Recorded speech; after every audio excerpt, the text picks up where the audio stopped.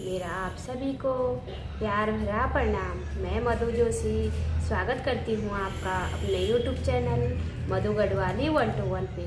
तो आज की वीडियो में मैं आपको कार्तिक मास महात्म्य का 20वां और 21वां अध्याय सुनाऊंगी।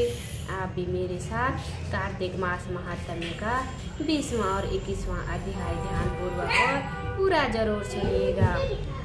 माँ शारदा की प्रेरणा, नारायण स्वयं सहाय। कार्तिक महात्म्य का लिखूं यह 20वां अध्याय। तब राजा पृथु ने पूछा, हे देवर्षि, इसके पश्चात युद्ध में क्या हुआ तथा वह दैत्य कैसे मारा गया? कृपा करके उस कथा को मुझसे कहो। नारद जी ने कहा कि जब गिरिजा वहाँ से अदृश्य हो गई और गंधर्वी माया भी विलीन हो गई, तब भगवान वृषभध्वज चैतन्य हो गए। उन्होंने लौकिकता व्यस्त करते हुए बड़ा क्रोध किया। फिर भगवान शंकर जलंधर से युद्ध करने लगे।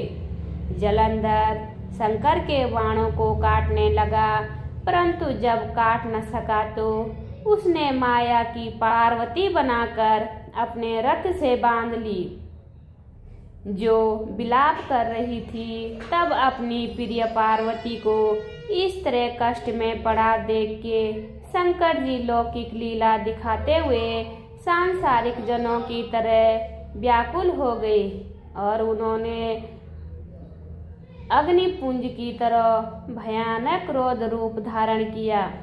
उनके रौद्र रूप को देखकर कोई भी दैत्य उनके सामने खड़ा होने में समर्थ न हो सका। यहाँ तक कि शुभ निशुंभ भी युद्ध में स्तुत होने को समर्थ न हो सके।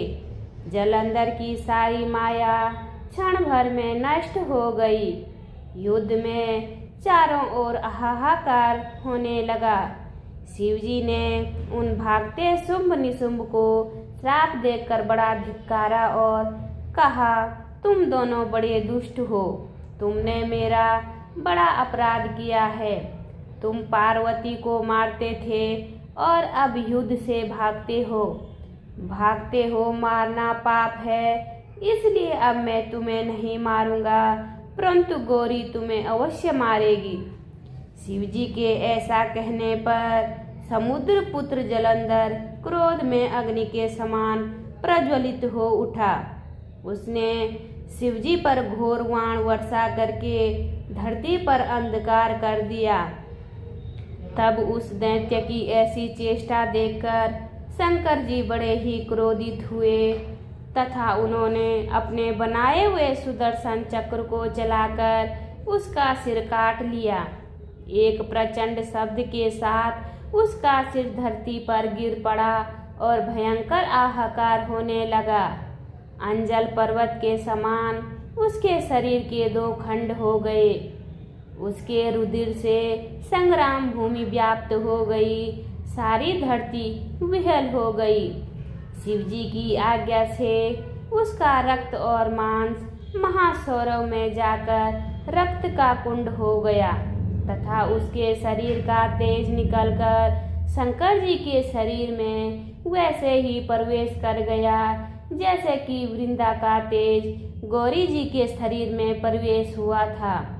जलंधर को मारा हुआ देखकर देवता और गंधर्व सब प्रसन्न हो गए। बोलिए विष्णु भगवान की जय। 21वां अध्याय। लिखने लगा हूँ श्री हरि के चरणों में शीश नवाई। कार्तिक महात्म्य का बने यह 21वां अध्याय। अब ब्रह्मा आदि देवताओं ने नतमस्तक होकर शंकर जी की बड़ी स्तुति की और कहा, हे प्रभु, आप प्रकृति से परे पार ब्रह्मा और परमेश्वर है। आप निर्गुण निर्विकार व सबके ईश्वर होकर भी नित्य अनेक प्रकार से कर्मों को करते हैं। हे शंकर जी, आप ब्रह्मा आदि सब देवता आपके दास हैं। हे देवेश, हे शिव जी, आप प्रसन्न होकर हमारी रक्षा कीजिए। हे नाथ, हम आपकी प्रजा हैं तथा हम सदा आपकी शरण में रहते हैं। राजा पृथु ने नारद जी से कहा, जब इस प्रकार ब्रह्मा आदि सब देवताओं और मुनियों ने शिव जी की अनेक प्रकार से स्तुति करके उनके चरण कमलों का ध्यान किया, तब उन्हें सुन देवताओं को वर देकर शिव जी वहीं पर अंतर ध्यान हो गए। तत्पश्चात शिव जी का यश गाते हुए सब देवता प्रसन्न होकर अपने अपने स्थान को चले गए। महेशाख्यान से जलंधर का यह युद्ध चरित्र बड़ा पुण्यप्रद और सब पापों का नाश करने वाला है। यह सब सुखदायक और महेश को भी आनंददायक है। जो इन दोनों आख्यानों को पढ़ेगा और सुनेगा वह सुखों को भोगकर अंत में अमर पद हो जाएगा। बोलिए विष्णु भगवान की जय। उम्मीद करती हूँ आपको यह वीडियो पसंद आई होगी। वीडियो पसंद आए तो वीडियो पे लाइक कीजिए, कमेंट कीजिए, अपने दोस्तों के साथ शेयर कीजिए।